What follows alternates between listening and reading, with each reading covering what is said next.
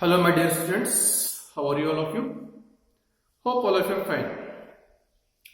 So today we are going to start about the genetic disorders. Okay, so today we are going to start about the genetic disorders, and these genetic disorders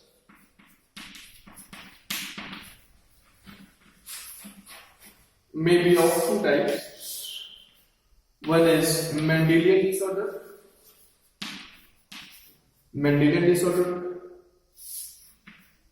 And second one is chromosomal disorder. Mendelian disorder and chromosomal disorder. Okay, so these two types of disorders are there. Means these are the two main types of genetic disorders, and today we will start the Mendelian disorders. Okay, so what is the meaning of Mendelian disorders? Actually, Mendelian disorder take place because of change in the single gene. Okay, so when the disorder take place because of change in the single gene, then the disorder is called as Mendelian disorder.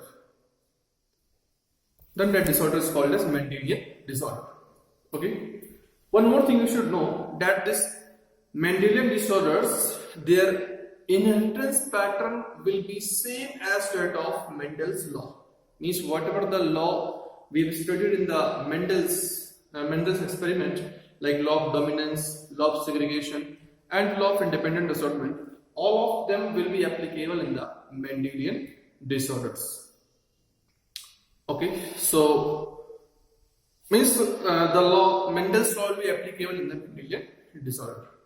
One more thing you should know, that the inheritance pattern of Mendelian disorders can be traced with the help of pedigree analysis that we studied in the last video. In the last video I discussed completely about the pedigree analysis, and in the pedigree analysis we have seen how we can find out the chances of occurrence of a disorder. Okay, but that concept will be applicable only in the Mendelian disorder. Okay, some example of Mendelian disorder you should know, like hemophilia, color blindness, cystic fibrosis, thalassemia. Okay, these are some examples of the Mendelian disorders. Okay, so in our syllabus, mainly three Mendelian disorders are given in detail. They are hemophilia, sickle cell anemia, and phenylketonuria. Okay, so about them we have to study in detail. So first I will discuss about the hemophilia. So what happened in this disorder, hemophilia? First thing you should know, that is hemophilia is X-linked, or simply we can say sex-linked also. So sex-linked recessive disorder. Sex-linked recessive disorder. In this, what happened? The blood clotting mechanism will be failed. Actually, when the blood clotting take place, that take place in a cascade of reaction, means a chain of reaction that is called as cascade process. So because of lagging of a single gene, the entire cascade process, or we can say the entire chain process that is responsible for the clotting of blood will be affected. So what will happen? On a simple minor injury also, the victim may suffer a large amount of blood loss. Okay, means on a simple cut, large volume of blood will be lost in the case of hemophilia. Clear? And this disease, I am telling that this is sex-linked, or we can say X-linked recessive disorder. Main thing is this is recessive disorder, and second thing is it is X-linked. Means the gene which is responsible for this disorder is present on the X chromosome. It is present on the X chromosome. Means there is no role of autosomes in this disorder, hemophilia. And you know that in the case of male, they have one X and one Y, whereas in the case of female, they have a pair of X chromosome. But the thing is that this disorder is a recessive disorder, and if you remember the Mendel's law, I told you the recessive character expressed only in the homozygous condition. The recessive character expressed only in the case of homozygous condition. So by seeing the combination of chromosomes, can you tell me in which of the two, male or female, the chances of occurrence of this disorder is more. You see, male have only X chromosome, only one X chromosome, and if this X chromosome is affected, it will cause the disease in the male. But female have two X chromosome. So until and unless both the X chromosomes are not affected, the female will not witness the disease. Means until and unless both the X chromosomes are affected in the case of female, it will not cause the disease. Means if only one X chromosome, like this, we are seeing is this X chromosome is affected, it has the gene for the hemophilia. It means that this X chromosome is hemophilic, but this X chromosome is normal. So in that condition, the female will be only carrier, means she will transmit the disease to the coming generation. Okay. So in the examination, very famous question is asked: why the chances of occurrence of hemophilia is rare in the case of female? Okay, since hemophilia is an X-linked recessive disorder, so until unless both the X chromosomes are not affected, it will not cause a disease in the female. In other words, we can say males are more prone to have the hemophilia. Why? Because they have only one X chromosome, and if it is affected, it will cause the disease in the male. Okay. Now in the examination, sometimes they ask the questions also on the basis of this disorder.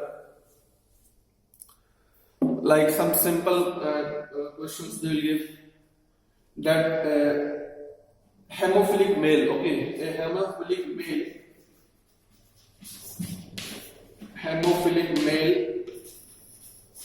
marries a carrier female.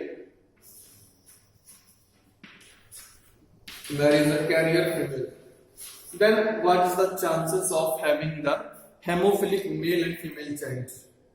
Okay, such questions can be asked. So very simple, just you write as genotype. Okay, so male is hemophilic, means the genotype will be this one. Carrier female means only one X chromosome will be affected. Then as it is Mendelian disorders, same method will be followed here also. We have to make the gametes.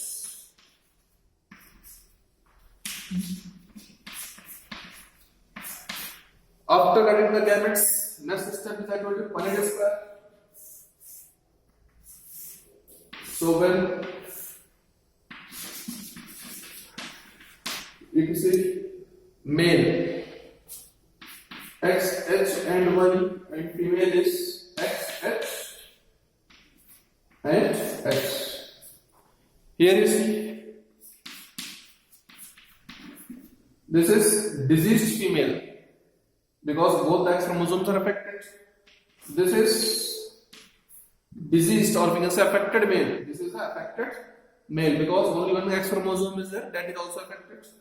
This will be carrier female, because only one chromosome is affected, and this will be normal male. Means here you can see a female is born which is hemophilic. Actually, this cross is very important. That's why I gave this example, because this is the minimum criteria for having a hemophilic female. To have a hemophilic female child, at least the mother of that child, or we can say the mother of that girl, should be carrier and father should be hemophilic.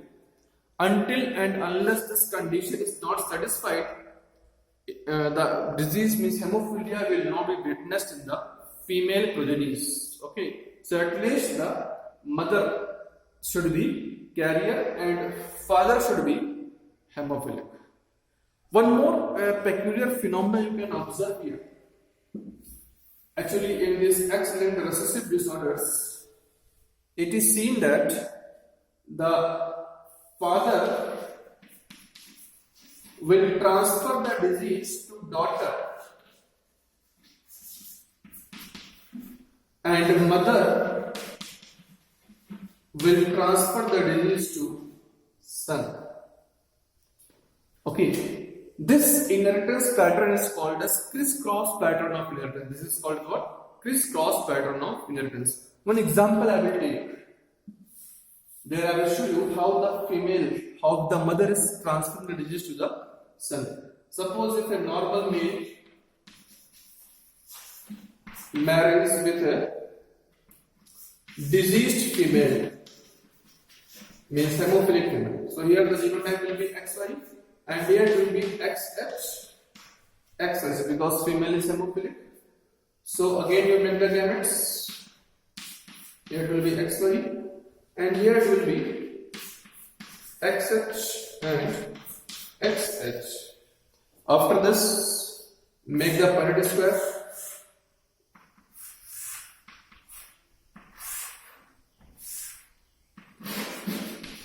Male and female. Male you can see X, Y, female is XX and XX. Here you see X, H, X. Female, but she will not witness the disease. She will be only carrier. But here you see X, H, Y. This is diseased male, a male child, but this male child will be diseased. Here also you can see X, H, X, means this will be carrier female because only one is chromosome expected. And here you see X, H, Y. This child also will be hemophilic, means this male child, but this male child will be hemophilic. You can see father was normal, but female was diseased, and she has transferred the disease to both the sons. But both the daughters are carrier only, means they will not witness the disease. So that's why such inheritance pattern is called as this cross pattern of inheritance. Okay. One more thing you should know, that the pedigree analysis of Queen Victoria, of England, she was the princess there. So the pedigree analysis, or we can say the family tree of Queen Victoria shows that she was a carrier for the hemophilia. That's why in her descendants, many of them witnessed this disease, hemophilia. Okay, so you should know the family tree of the Queen Victoria was hemophilic. Okay. Now next disorder is sickle cell anemia. Sickle cell anemia.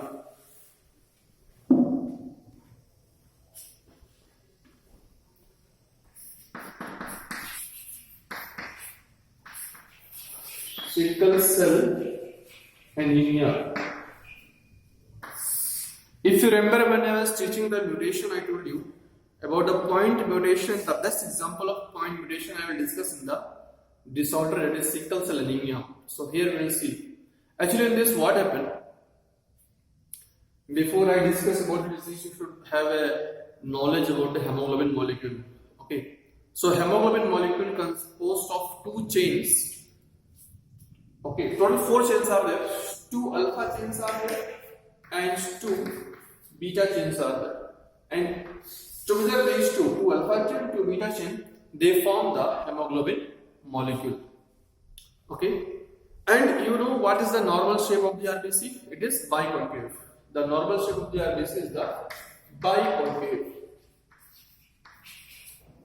Okay, but what happened here? A mutation will take place at the 6th position of beta globin chain. There will be no change in the alpha will remain as such, but here the mutation will take place at the 6th position of the beta globin chain. Total 4 chains are there, 2 alpha and 2 beta. Okay, broadly 2 are there, alpha and beta, but this alpha is 2 and beta is 2. Therefore I am saying total 4 chains are there, but here alpha chain will remain as such, but there will be mutation at the 6th position at the beta globin chain. What happened? At the 6th position, an amino acid is there, which is coded by GAG, and this GAG is coding for glutamic acid. This GAG is coding for the glutamic acid, and it will be replaced by GUG. This is coding for the valine.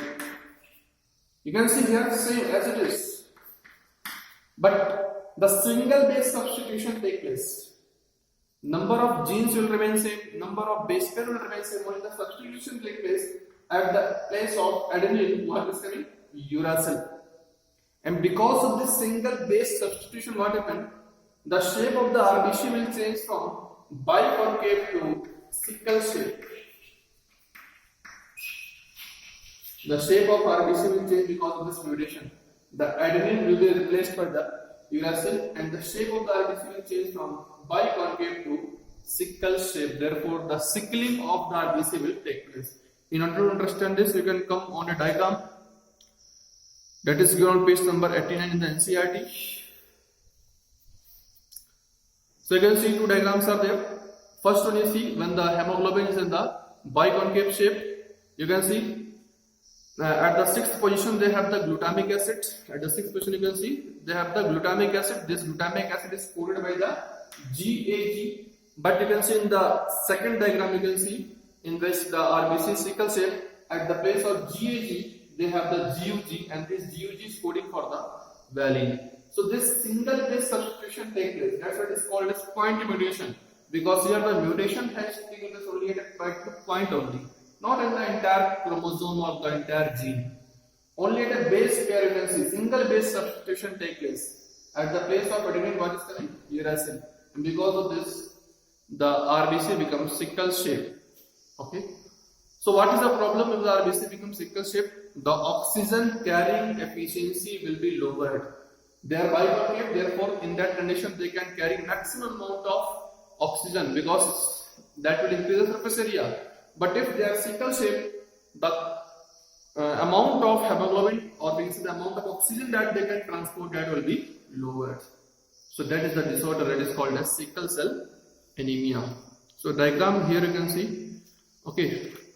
Now you see the genetic prospect of this disorder. So this is what will happen in the case of sickle cell anemia. But here you see the genetic prospect. Actually, there are two alleles which are responsible for this disorder.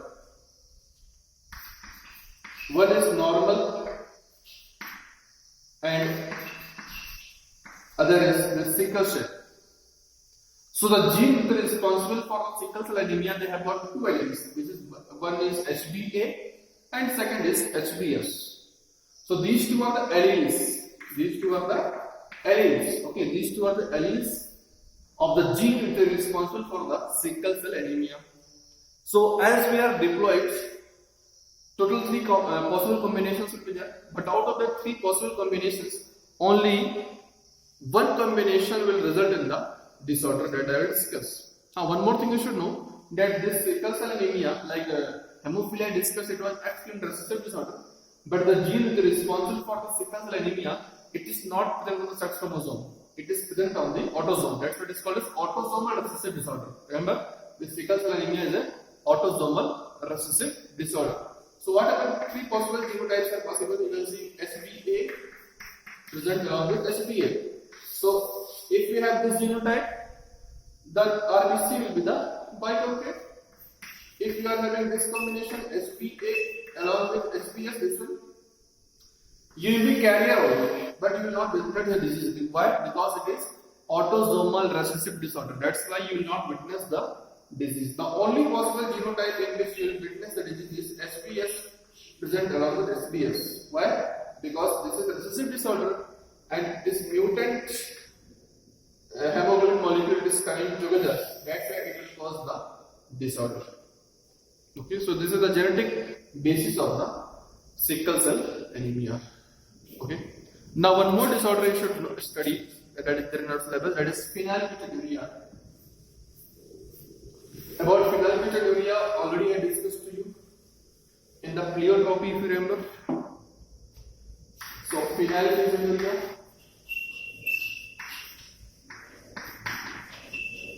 In phenylketonuria, this is also autosomal recessive disorder. This one is also autosomal recessive disorder. This is also autosomal recessive disorder. Okay. So in this disorder, what happened? There will be mutation in one gene that for the enzyme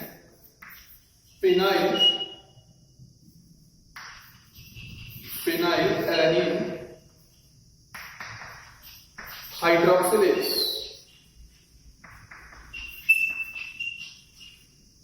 And what is the role of this one? Phenylalanine hydroxylase. This causes conversion of phenylalanine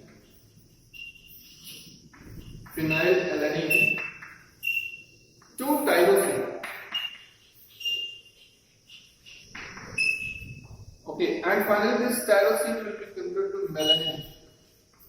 And this melanin is responsible for the pigmentation that already I discussed to you. So what happened? Because of the mutation, the gene that codes for this enzyme phenylalanine hydroxylase, this phenylalanine will be accumulated because it will not be converted to tyrosine, and it will accumulate in the form of phenylpyruvic acid. Phenylpyruvic acid. And accumulation of this phenylpyruvic acid in our body, it will cause mental retardation. It will cause mental retardation, as it is poorly, there is very poor absorption of this one in our kidney. That's why it will be released through our urine also. This phenylpyruvic acid will be released through our urine since its reabsorption is very poor by our kidney. So that's why I told you pleiotropy, that a single gene controls two phenotypic characters. So here you can see mental retardation will take place and loss of pigmentation also take place. That's why this disorder, phenylketonuria, is also a good example of the pleiotropy. But here you can see, because of the mutation in one gene that is coding for this enzyme, disorder is observed, and this is also a autosomal recessive disorder. Okay, therefore the chances of occurrence of these two disorders, sickle cell anemia and phenylketonuria, both of the disorder will have the equal possibility in the case of male and female. Same was not the condition in the case of hemophilia. The chances of hemophilia was higher in the case of male. It was lesser in the case of female. But here, because that was the X-linked recessive disorder. But here, sickle cell anemia and phenylketonuria, as they are the autosomal disorder, autosomal recessive disorder we can say. Therefore, there is equal possibility of having the disease in the population, in the male and female population. Okay, so this completes the Mendelian disorders. Now from the next video I will start the chromosomal disorder. Thank you.